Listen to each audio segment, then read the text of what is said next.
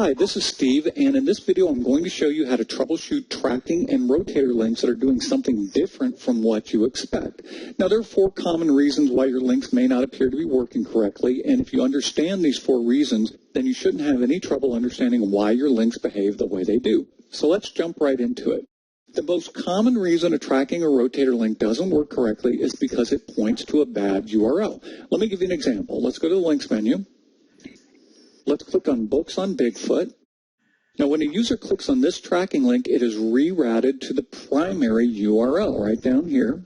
And if this link is bad, you're going to get an error, typically what's called a 404 page not found error. And even though Magick checks your URLs at the time you enter them to make sure they point to valid pages, things happen. Sometimes pages go down or they get deleted or their URL gets changed. If something like that happens, you're going to end up with a bad link. Let me show you what a 404 page often looks like. Let's go up to this tab. Now, these are some pages that I pulled up in Google Images, and you can see all of these. They're basically 404 page errors, and if you're getting a page like this, it has nothing to do with Magick because Magick never generates 404 errors. But this comes up enough that we've created a separate video that will walk you through exactly how to track down and fix this problem, and it's really easy to get to. Just go up to Magick. Go to the Help menu, choose FAQs, and in the box type 404, click Search, and right here you'll see, why do I get a 404 error when clicking my link? Just choose that, and then here it gives a brief description and then a video you can watch that will walk you through completely how to find and fix a 404 page error. So if that's the error you're getting, you can go ahead and stop this video and track that down. But I'd encourage you to watch the rest of this video so that you become aware of the other things you might run into while testing your links. So now let's talk about the next topic, which is why your clicks aren't showing up in your tests. Let's go back to the links. Let's open the link to Books on Bigfoot. And then we take a look at the tracking link. Now, normally you would think that if you were testing your link and you clicked on preview, that you would see your total clicks go up or your unique clicks go up. But the first thing I want to point out is that the preview link here is for convenience. And in some cases, it will affect your counts. In other cases, it won't affect your counts. So you can't rely on that when you're testing counters for your links. Now, I will say that in most cases, when you click preview, it will affect your counts. The one example that it won't is if you're clicking preview for a split test. So just keep that in mind, that if you're using preview, you're not seeing counts, they may not show up, and that's normal. Now, if you're being more rigorous and you're copying the link and pasting it into a tab, hitting enter, and then going back to Magick and refreshing it to see the update, you would definitely expect to see the counts go up. And yet we don't. And this is one that catches me all the time. And there's a very simple reason for this. More likely than not, it's because your time range right here is not set to today. So here I have July 8th through July 8th. At the time of this recording, that was actually yesterday. So the click is not showing up. And that usually happens when I'm testing other things and I just forget that I have the date set. So the solution for that is simple.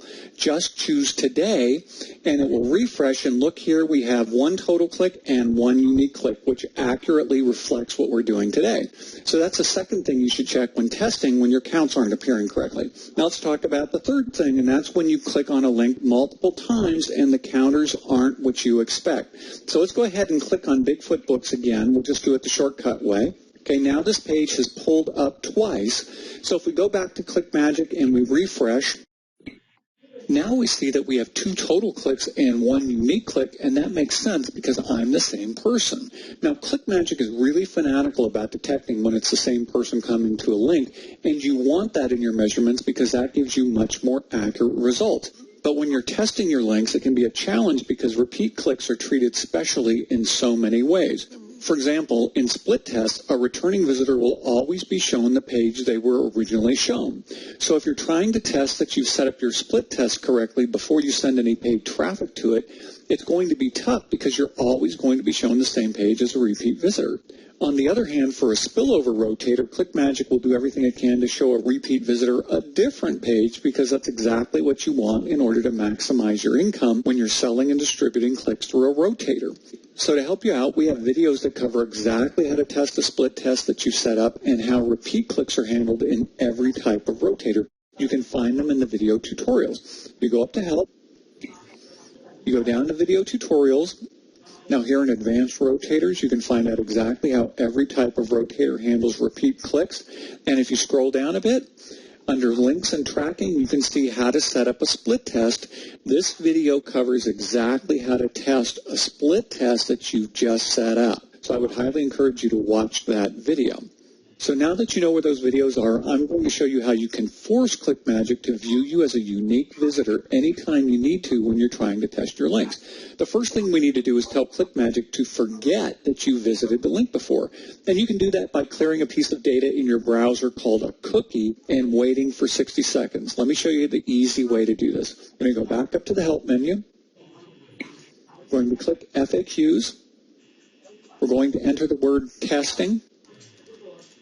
Going to hit Search FAQs, and we're going to go down to the item that says, how can I easily delete my cookies for testing? So go ahead and click that. This is going to bring up the FAQ. You can go ahead and read this, but what we're looking for is right here. To delete cookies related to my tracking links, click here. Now, this link is the link that removes that piece of data that I was talking about, that cookie. And my suggestion is that you bookmark this link if you're doing a lot of testing. And that's exactly what I've done. If we go up to my bookmarks, we see that I've got it right here. Click Magick Reset Link Cookies. Now, with that bookmark set, let's go to the Links menu and go down to Books on Bigfoot, and we see here that we have total clicks as 2 and unique clicks as 1. Now, if we were to go and test this link right now, we would see the total clicks go up to 3, and the unique clicks would stay at 1. But what we're going to do is reset the link. So let's go to a tab that we're not using anymore. Let's go to our bookmark menu, click the Reset Link bookmark. And now the most important part is that we have to wait 60 seconds or Magick will still recognize a click as being non-unique. So let's wait 60 seconds. Okay, 60 seconds are up, so let's go back to Magick. We can go over, we can hover over Books on Bigfoot, we can click on the preview link. Here we see the page, we go back to Magick, and now we click refresh. And you can see that total clicks went up by 1 and that unique clicks went up by 1, so you can see that it worked. So if you ever find yourself in a position where you're testing a link and you need to look like a unique click, that's the process you use. You use that reset link followed by a wait of at least 60 seconds, and then it will work for you. Now let's talk about the fourth and final area where people see something other than what they're expecting, and that's in how the advanced settings can affect where an incoming click ultimately goes to. To see this, let's open this link. Let's click on the Show Advanced Settings and scroll down so we can see the settings better. Here we have geo-targeting, which can redirect clicks to the backup URL. We have the mobile and iOS URLs, and we have the repeat URL. If we enter a value for the repeat URL, any incoming repeat clicks will go to this URL and not to the primary URL. That's pretty straightforward. Likewise, if we enter a URL for the mobile URL, any incoming mobile clicks will be directed to that URL.